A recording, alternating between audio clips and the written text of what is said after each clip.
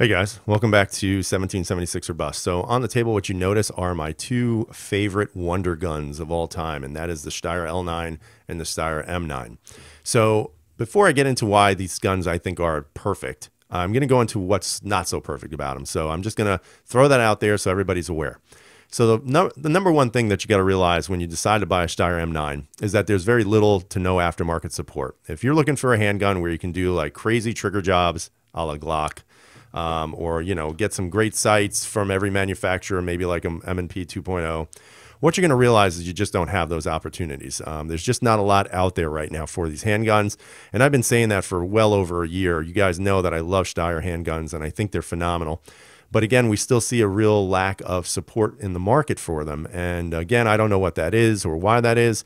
Maybe it's just, not a very good marketing PR issue. I don't know. All I know is that for me, these handguns are excellent, and they always have been. The second thing that I'm going to say is a little bit of a drawback of these handguns is going to be the texturing on the grips. And let me just bring this up to the camera so you can see what I'm talking about. So if you look carefully here, let's see if there we go. What you notice here, guys, is that there is some minor texturing on this grip, but it is barely aggressive. You'll notice you have some straight edge lines here, and of course you have some there in the front trigger guard. But other than that, guys, there's not a heck of a lot going on here. You're not going to get a very good bite on your hand. And again, is it necessary? Maybe not, just because of the way the handgun holds in your hand. But it would be nice after your hands get a little wet, a little sweaty, maybe bloody, whatever it might be, that there's a little bit more support on that hand, because right now there just isn't.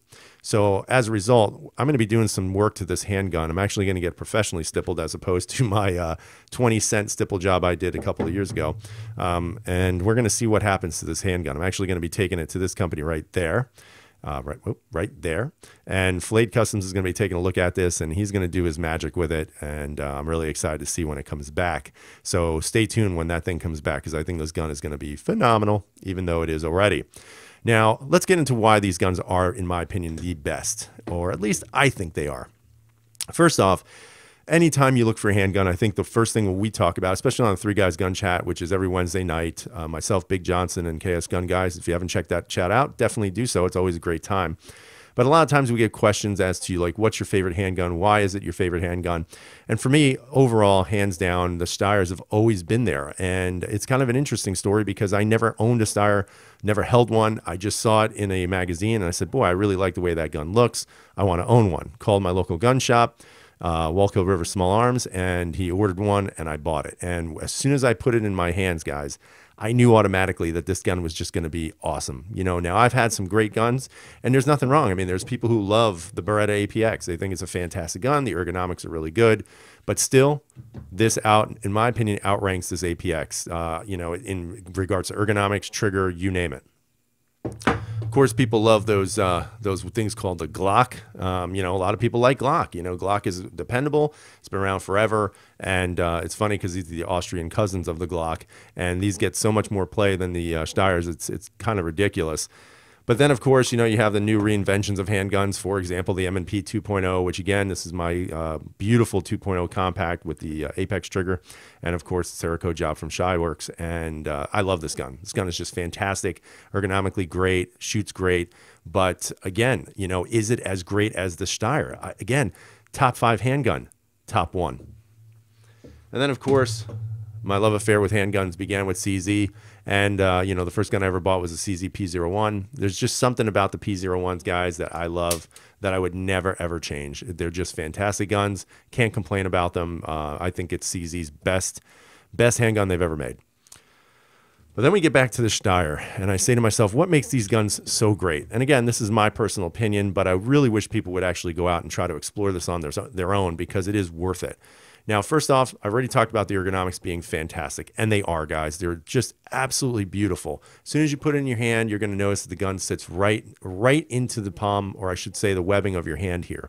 Now, I've actually heard people on other channels, and I've mentioned this before with the APX, they've said that because guns like this sit so low into your hand and so far back in your hand, it actually makes the recoil feel more pronounced.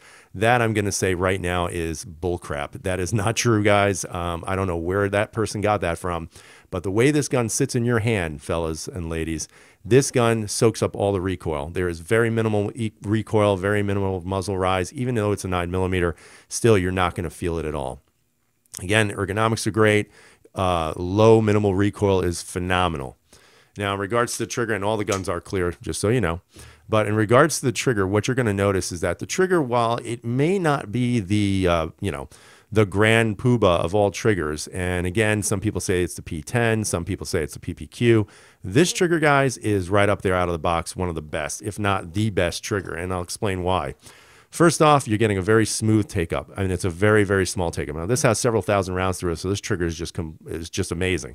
But a very, very short take-up, and then watch this. There's no movement. It's just a break.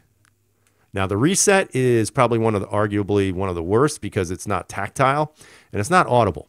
But that initial trigger pull is hard to break. It's hard to beat it. Now, with the reset, again, if you're shooting for competition, then yeah, this probably isn't going to be the best choice for you. I would say that if anything, it's probably going to be something you'd want to stay away from competition. But there are people who run the L9s in competition and who do very well with this gun.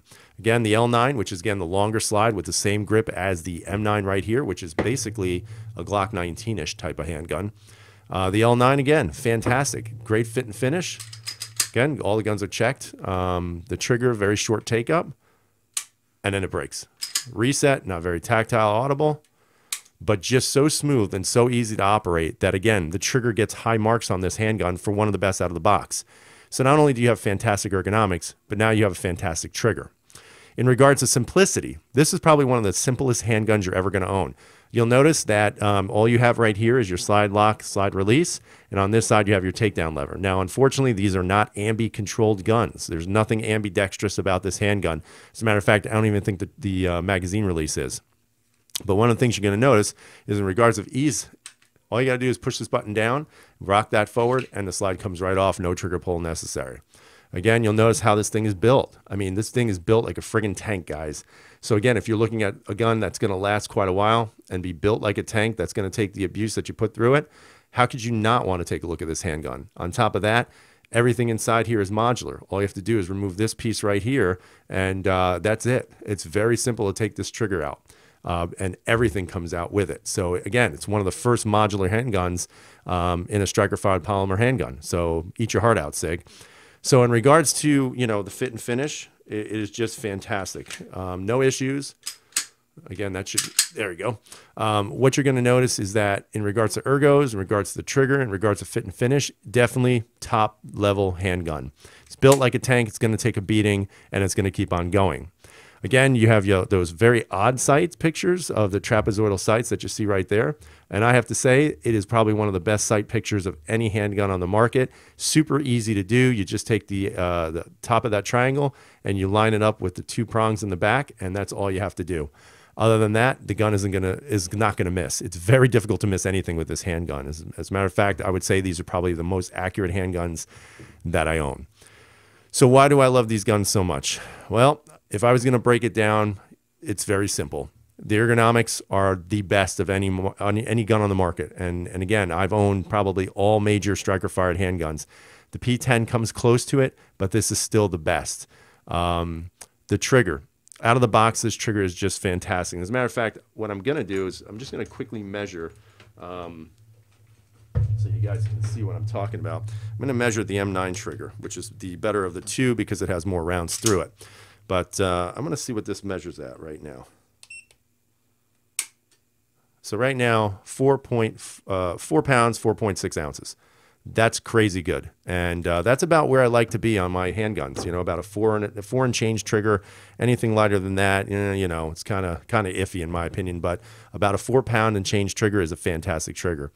So you have amazing ergonomics, number one in my opinion.